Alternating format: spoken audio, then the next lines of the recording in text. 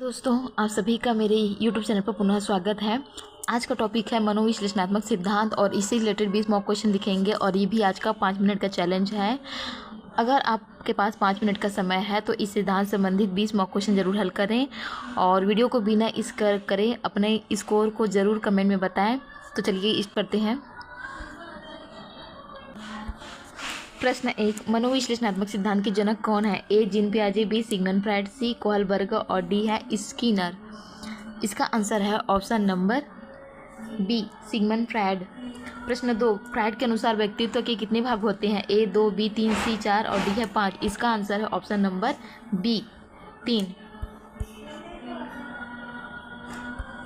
प्रश्न 3, ईद किस सिद्धांत पर कार्य करता है? ए वास्तविकता सिद्धांत, बी नैतिकता सिद्धांत, सी है सुख का सिद्धांत और डी है अधिगम का सिद्धांत। इसका आंसर है ऑप्शन नंबर सी सुख का सिद्धांत। प्रश्न 4, ईगो किस सिद्धांत पर कार्य करता है? ए सुख सिद्धांत, बी वास्तविकता सिद्धांत और सी है नैतिकता का सिद्धांत और डी है दंड का सिद्धांत। इसका आंसर है ऑप्शन नंबर बी वास्तविकता का सिद्धांत। प्रश्न 5, सुपर ईगो किसका प्रतिनिधित्व करता है? ए इच्छाएं, बी नैतिक मूल्य, सी भावनाएं और डी है कल्पना। इसका आंसर है ऑप्शन नंबर बी नैतिक मूल्य।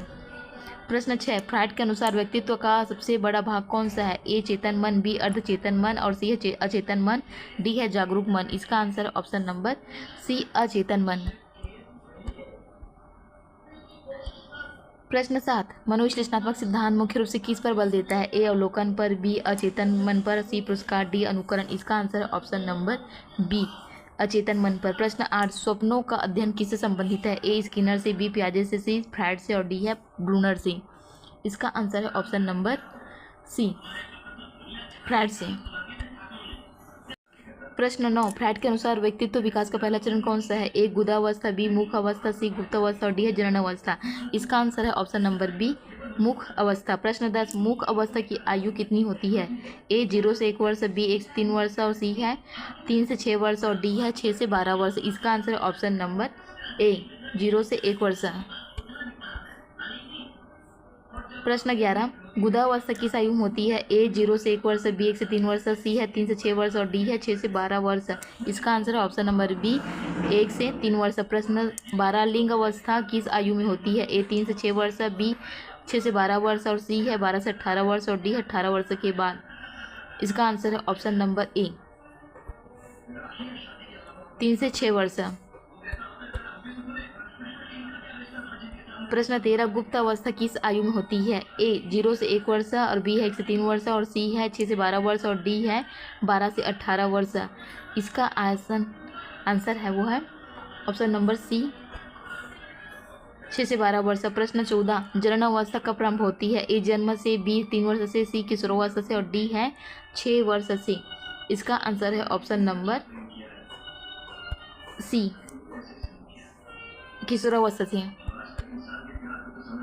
प्रश्न 15, फ्रायड के अनुसार व्यक्तित्व का नैतिक भाग कौन सा है? ए इदम, B ego, C super ego और डी है लिबिडो। इसका आंसर है option number C super ego. प्रश्न 16, लिबिडो का संबंध किससे है? ए सीखने की क्षमता से, बी मानसिक ऊर्जा से, सी स्मृति से और डी है बुद्धि से। इसका आंसर है ऑप्शन नंबर बी मानसिक ऊर्जा से। प्रश्न 17, फ्रायड के अनुसार मानव आहार का प्रमुख स्रोत क्या है? ए वातावरण, बी अचेतन इच्छाएं, सी शिक्षक और डी है विद्यालय। इसका आंसर है ऑप्शन नंबर बी अचेतन इच्छाएं। प्रश्न 18, निम्न में से कौन सा मनोविश्लेषणात्मक सिद्धांत से संबंधित नहीं है? ए फ्रायड, बी पियाजे और सी है इदम और डी है ईगो। इसका आंसर है ऑप्शन नंबर बी पियाजे। प्रश्न 19, ईगो का मुख्य कार्य क्या है? ए केवल इच्छा पूरी करना, बी है केवल ईद और सुपर ईगो के बीच संतुलन बनाना, सी है नैतिक शिक्षा देना और डी है दंड देना। इसका answer option number B id और सुपर ईगो के बीच संतुलन बनाना। प्रश्न 20, मनोविश्लेषणात्मक सिद्धांत किस विषय से अधिक संबंधित है? ए गणित से, बी पर्यावरण अध्ययन से और सी बाल विकास एवं शिक्षा शास्त्र से और डी है हिंदी से। इसका आंसर ऑप्शन नंबर सी बाल विकास एवं शिक्षा शास्त्र CDP से है। Thank you. वीडियो पसंद है लाइक से जरूर करें, साथ ही मेरे चैनल को सब्सक्राइब करें। नेक्स्ट मॉक चैलेंज में आपका कौन सा टॉपिक रहेगा कमेंट बॉक्स में ज़रूर बताएं और स्कोर आपका कितना रहे भी बताएं। Thank you.